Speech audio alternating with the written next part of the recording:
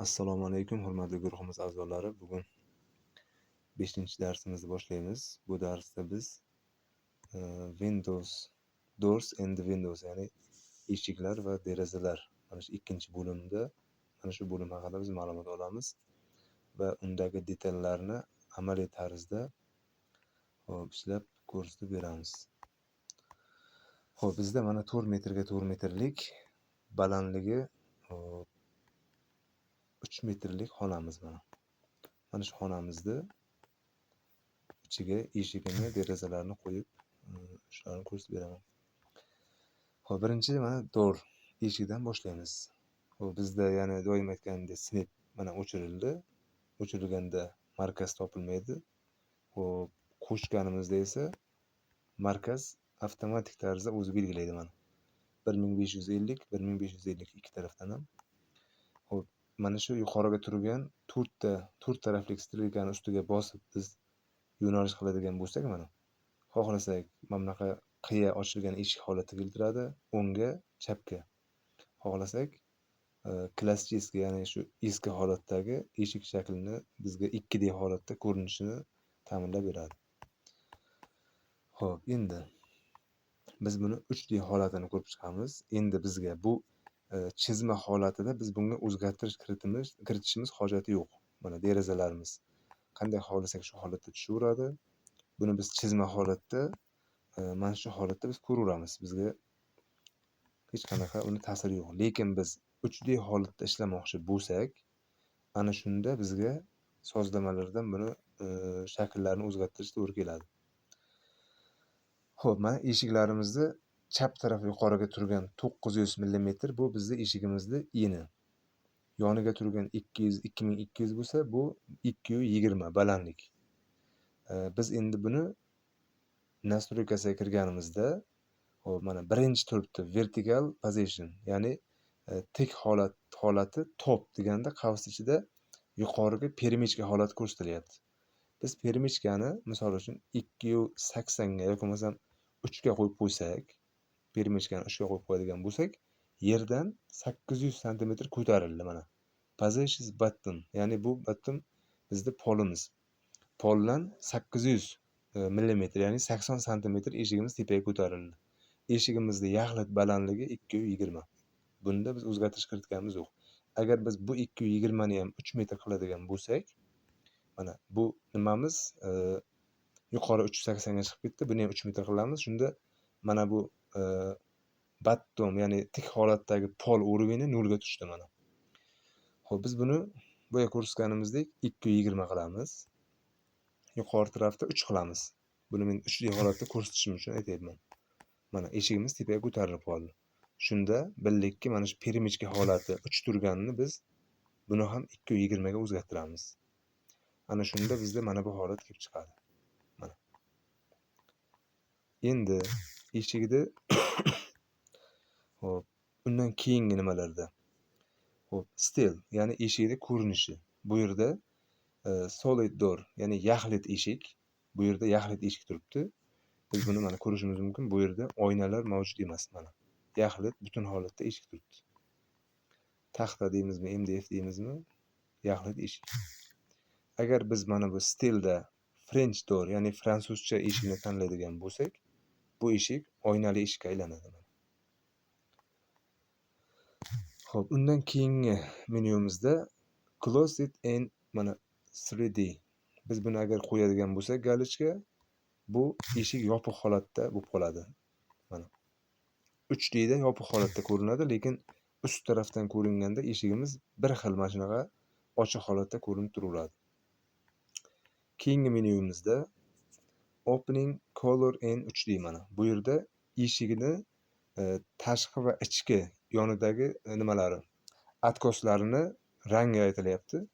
Half interior, half exterior. Bu yerda ham ichki, ham tashqi dizayn rasmlarini mujassam qilish. Biz bunga mana bosilgan turibdi o'zida. Biz endi ko'ramiz. Xo'p, bizda ichkari ko'k rangda mana atkosimiz ko'k turibdi. Tashqari oq rangda atkosimiz oq turibdi.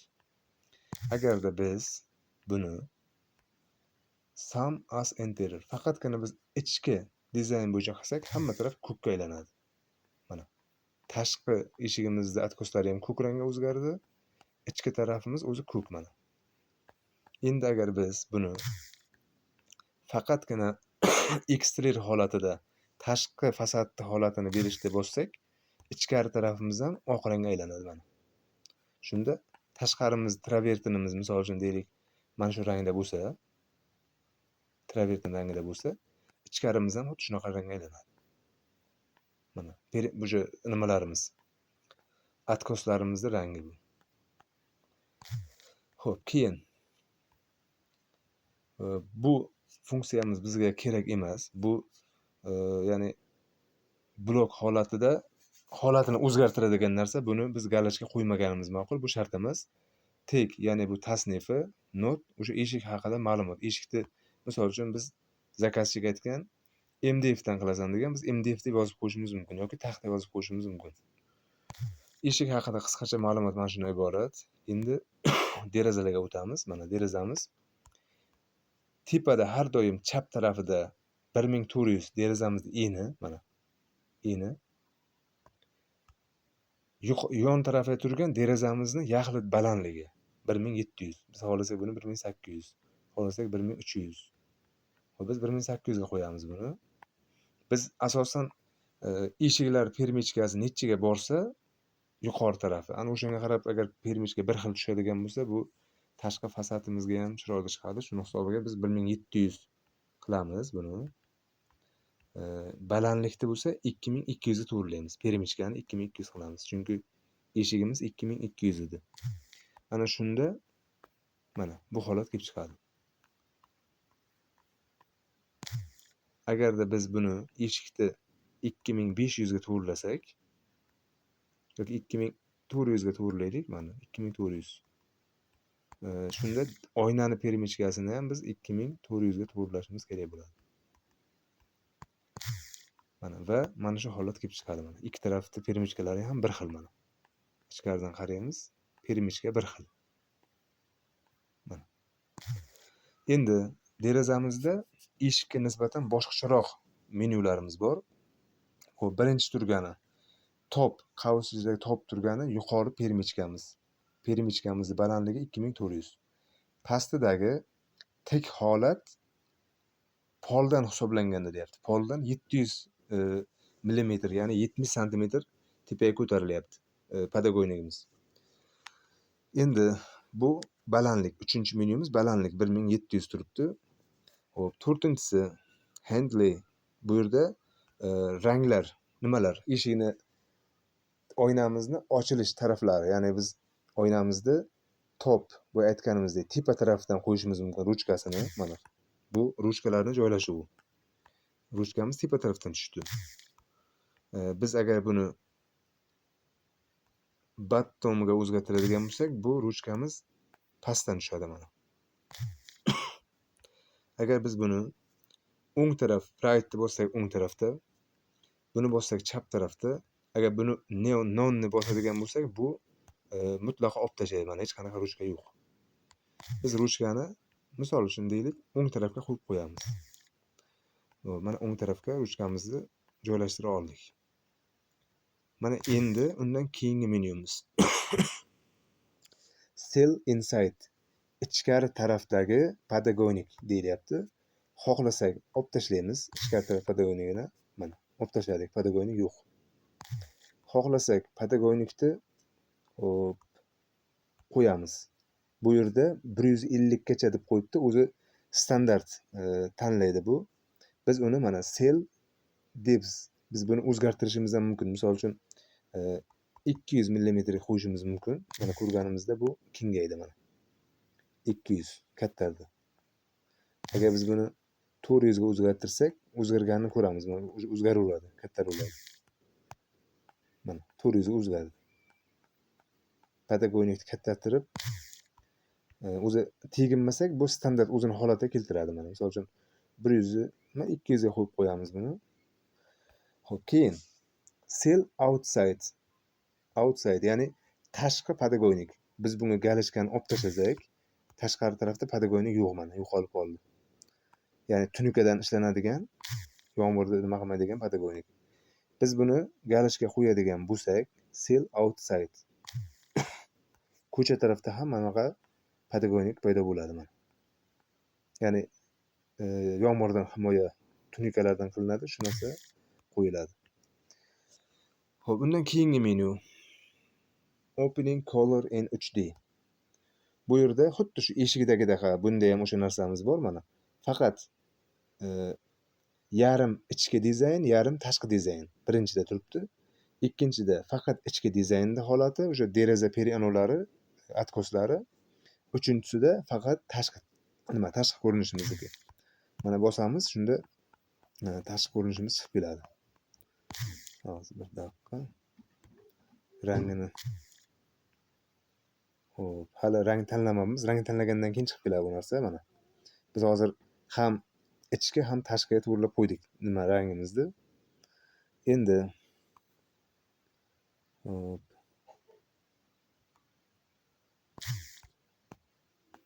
Mana hozir ichkini ko'rsatyapti, tashqariga ham ichkini ko'rsatyapti mana. Agar biz tashqariga o'zgartiradigan bo'lsak, bu xuddi shu eshikdagi qanaqa bo'lsa, bu ham xuddi shunaqa. Ichkariga ichkarinikini, tashqariga tashqarini nimasini qo'yib qo'ydik mana. Tashqarimizni rangi oq turibdi. Biz agar buni qizil qiladigan bo'lsak, mana bu atkosimiz ham qizil rangga o'zgaradi. Mana. Ichkarimizniki ko'k rang turibdi mana. Xo'p, derazamizniki barcha menyular mana shundan iborat. Undan keyingi nimamiz, detalimiz mana bu arka. Bunda deraza ham emas, eshik ham emas, bu ochiq arkani o'zi. Biz bu arkani ko'proq eng kichkina razmer 1 metrdan boshlab 1,5, 2,5, 3 metr, 4 metr biz buni istagan razmerimizda o'zgartirishimiz mumkin. Misol uchun deylik, mana 3 metrlik razmer qo'yildi. Endi balandliklarni ko'ramiz. Bunda deylik 2400. Ikki taraf ham 2400 dan nimasi o'zgaradi. Agar biz buni arch holatiga galishga qo'yadigan bo'lsak, bu arka holati kelib chiqadi mana. Arka holati kelib chiqadi. Agar biz buni arkani olib tashlasak, to'rt burchak permechkani o'zib turadi mana. Bu yerda arka yo'q. Mana. Biz bundan ko'p holatlarda 3D darvozalarni o'rnatishda biz buni qo'llanamiz. Ichidan darvozani o'zini model holatini joylashtirib qo'yiladi. Shunda mana bu ichki taraf ko'rinib qolmaydi.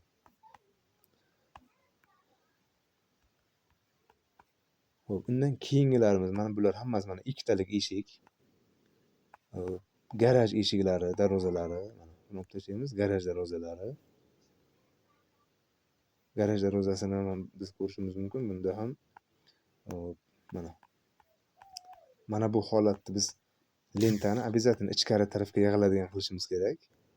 Mana bu narsani ichkariga qo'ysak, mana bizning lentamiz ichkariga turadi. Jaluzisi.